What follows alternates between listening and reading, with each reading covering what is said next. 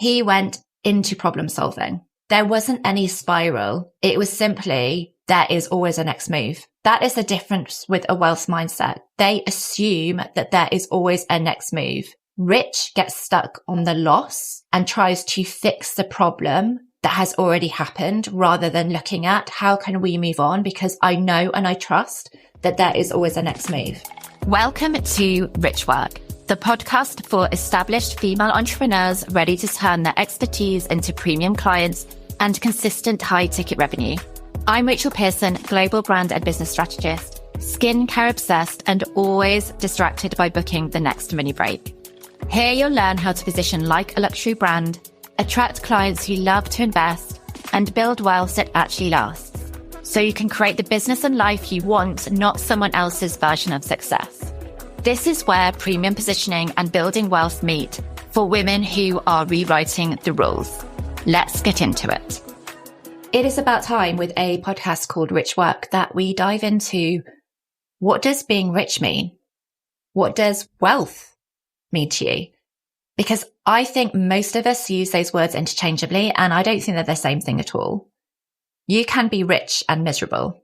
We have seen it. Maybe some of you have felt that. It goes deeper. And I think that most established entrepreneurs are actively building for rich whilst telling themselves that they want to be wealthy. And that is the reason that business can still feel heavy when you're making a lot of money, 40K, 50K months, 100K months, because it's not really about the money. It's about what the money means to you. And this is what we're going to explore today.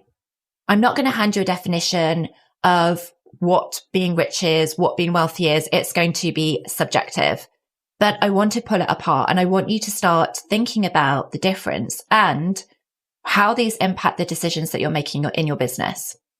Stay till the end as there is a download for this one, and I will be guiding you through how to think about the prompts that are going to change whether you are building for rich or you are building for wealth. Let's start with rich, because I think rich is easier to recognize. Rich tends to be a number. It is what's in your account. It is those screenshots that we see across the online spaces of how much money people have made. But what a lot of people don't talk about is that rich is not just the output. It is also the operating mode that you are building from. Rich tends to be reactive. Every decision is being filtered through, how do I make more money? How do I cover this expense? How do I replace that client? How do I hit this number again next month? The thing is that I have seen working with hundreds of clients across lots of different type of industries is that questioning doesn't change as the number grows.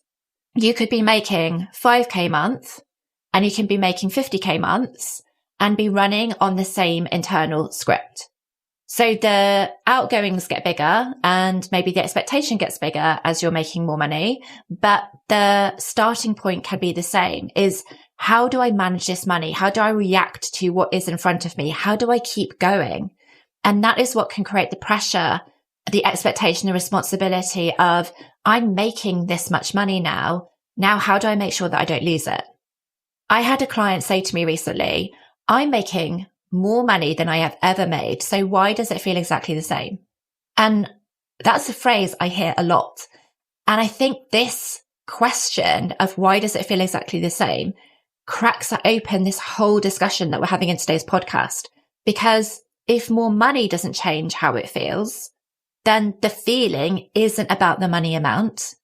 It's about the way that you're holding it. It's about the operating system that sits underneath it. So let's think about the alternative. What does wealth look like? Now, wealth is, for me, is harder to pin down because it doesn't fall into a neat definition.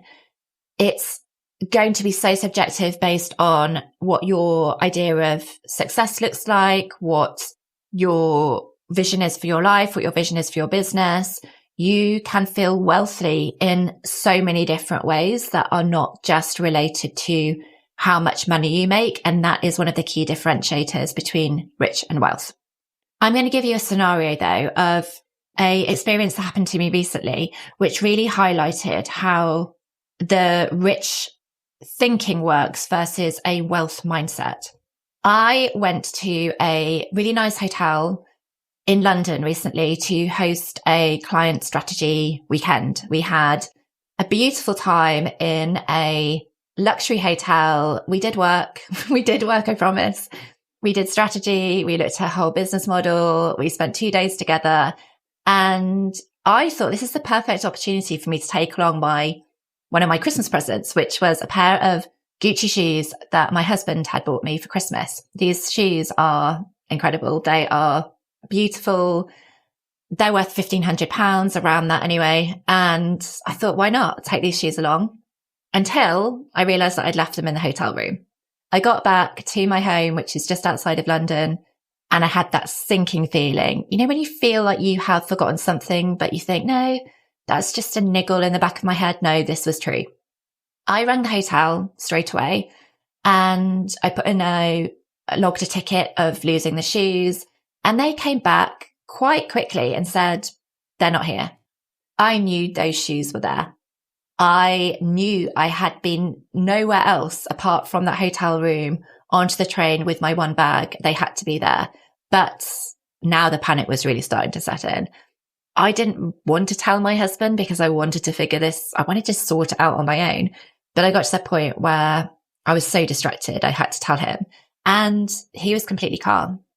Now, I didn't expect him to flip, but he was very cool about this. This response reminded me of what the difference is between a wealth mindset and rich thinking. First of all, he thought in relative value. So shoes are expensive. They are not shoes that I would wear every day, but relative to everything else in terms of how he spends, how we spend as a family, what we own, what actually matters in our world, they're just shoes. He didn't collapse into the loss of it. He contextualized it. Rich thinking is different. Rich fixates on the number. Oh, that's £1,500 gone. That's £1,500 that we'll never get back. But you imagine this in a business scenario. If a client doesn't sign that you were hoping would sign, or a client doesn't re-sign into one of your programs, or you lose out on a project, rich thinking is, well, that's £1,500 that I need to make up. Well, that's £1,500 that's not in my bank account this month. Wealth puts it into proportion. Wealth mindset looks at, okay, what are the other opportunities I have in my business right now? This is one opportunity out of many more. This is one person out of an abundance of clients, people, opportunities that I can impact, that I can help, that I can serve. I am not make or break based on this one person saying yes or no. When you put it into context in a wealth mindset, there is more than enough. There are multiple opportunities for you to be able to access. Secondly, he went into problem solving, but he knew that there was a solution, whatever the outcome. He called the hotel back. He knew our rights around lost property. He knew that there was a duty of care that the hotel had around my shoes, but he'd also considered the next steps of our insurance, or we could just replace the shoes. There wasn't any spiral. It was simply, there is always a next move. That is the difference with a wealth mindset. They assume that there is always a next move. Rich gets stuck on the loss and tries to fix the problem that has already happened, rather than looking at how can we move on, because I know and I trust that there is always a next move. I have been fortunate enough to work for some of the most successful entrepreneurs of our time. And in one of my roles, I was head of marketing for a business where the same idea had been tried 3 years before. It had been attempted 3 years before and it had failed. It had failed to the cost of multiple millions. 3 years later, I was heading up the marketing for the same concept in a different market, but with the same proposition that had taken all of the learnings from those 3 years prior and was going to try it again. And this time, because it looked at the market conditions, had made changes, had learnt from what had happened before, this business is still around 6 years later, is now valued at multiple hundreds of millions, and is growing at a rapid rate. This is the pattern that I see with a wealth mindset is you can sit within the loss of something and make it mean something and create the story, or you can always assume that there is another move that you can make. The choice is what move you take. And the key difference with people that have this wealth mindset is that they are not looking at, I need to make the money work. Yes, there are realities of business. Yes, we have to make cash flow in our business. I'm not sat here saying, just always have a positive mindset and the money will just fall into your lap. That's not reality. But your intention of how you approach, whether you are trying to make money to be rich or whether you are looking from a wealth abundance mindset, will impact how you make that money, how much money you make, and how you hold the money. Rich thinking focuses on, I need to make the money work. Wealth mindset focuses on money always works for me. Not as an affirmation, but in the actual way that wealth mindset focuses on the problem and then operates for a solution. As you make more money, you will still have issues to solve. Those issues will come with more responsibility. They will often come with managing team or external circumstances. You still have months that go completely sideways. But if you're looking for solutions because you assume that they exist, then you're not scrambling around because you're afraid that they won't. When you start to react because you're afraid that there isn't another opportunity for you, you are subconsciously capping the growth of your business and other opportunities that could be there, but you're just not seeing right now. Luxury brands operate from this principle. They are the ones that have lasted for decades because they don't react to every opportunity. They innovate. They are aware of what's going on in the market. They're not just blinkers on, but they will leave money deliberately on the table rather than reacting to one small change or a shift in how people are buying, because they're focused on longevity and not reacting to how do I make money regardless of whether it impacts the brand or what we're building longer term. And the key question that luxury brands think about, which is what I see reflected in wealth mindset, is that the way that brands make money is as important as what they're making. And I think there's something in that for how we think about our businesses as well. So let's bring it into our businesses. Let's not leave it as this philosophy and this concept, because this isn't just about how you think about Gucci shoes or luxury brands. It's about how you're making decisions every day. If you are saying yes to every client who can pay, that is orientated around rich. That's building for rich. And sometimes we do need the cash flow. But if you consistently build for that month after month and you're just taking on any client, even though you know they're not the right client for this offer, then that will lead to inconsistency. You are one quiet month away from it feeling like everything that you've built is just held together with string. If you're selecting based on whether someone actually allows you to operate at your standard, allows you to do the work that you can fully do, that you really bring to the table, that's a different starting point entirely. And then you will start to build over time. You will start to compound because those clients will get better results because they are a better fit for the work. You will feel more engaged in your work. You will be able to showcase what you do to its fullest extent, which will attract in more of those right fit clients, and then the results compound.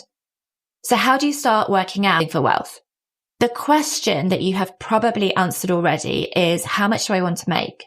Whether you've answered that monthly or annually or over the next 5 years, you've probably got a target, like a figure in place for how much you want to make in your business. But what I want to ask you is 2 extra questions. The first is, what do you want that money to do for your life? The second is, does the way that you are making it allow you to achieve that? Because those 2 things can be completely out of alignment. You could say that you want the money to be building more flexibility in your life so that you can travel or spend more present time with your children or just spend some time on your own. But the way that you're earning it right now, the way that you're making that money is filling up your calendar, is doing events that actually take a lot of capacity and then leaves you each month looking at how to build up your longer term recurring revenue. If you are making 50k months but do not have the time to enjoy it and what that money should give you, you can hit every revenue goal, feel rich, whilst you are negotiating with your health, your relationships, your creativity, and you won't feel wealthy. Wealth asks not how much do I want to make? It asks how much do I want to make? What do I want that money to do for me? And does the way I'm making it support me? I think a lot of women who are at the level where they have created something successful, they are making good money, have achieved a lot of what they thought wasn't even possible, are now sitting in a place of stagnancy, are feeling like something's off, and are feeling like they want to burn it down. Maybe it doesn't require that. Maybe it simply requires that you ask a different question around, what are you building this for? Where are you putting your time? Where are you putting your energy? What we are doing with these two questions is changing the filter. If you build for rich, then you will evaluate everything on revenue impact. Will this make me more money? If you are building for wealth, then you shift the filter to look at, does this protect my capacity? Does this strengthen what I'm building long term? And that will impact the way that you're making decisions every single day in your business. How you're spending your time, where you're putting your energy, what do you prioritize? What do you let go? What do you delegate? What do you just not care about anymore? I don't think that there is a single right answer to what wealth means. Like I said at the beginning of this episode, it is highly subjective, but I do think that there are core questions that you can come back to, whether you are at 10K months, whether you are pivoting your business, whatever scenario you are in. I think the core question is about, what do you want to focus on next? And there is no wrong or right answer. You can continue to build for rich. You can make a lot of money, and there will be seasons where that is exactly what needs to happen. But if you are a woman who is wanting to build more wealth and is wanting to get more intentional with what that money does for you, then let's ask a different question. Not how much can I make, but how can I make my money work for me? The download is in the show notes to give you the prompts to sit with and really look at, what do you want to build next? This is the work part of rich work. We love to make money. Yes, we love to make money to be rich, but the work really comes in, how do we make that money work harder for you? Until then, I'm Rachel Pearson, and this is Rich Work. Thanks for tuning in to Rich Work. I'd love it if you left a review. It helps other women to find us. In the meantime, follow me on Instagram at rachelpearson.co for a different take on premium positioning, one that's not about fitting a box. See you next week.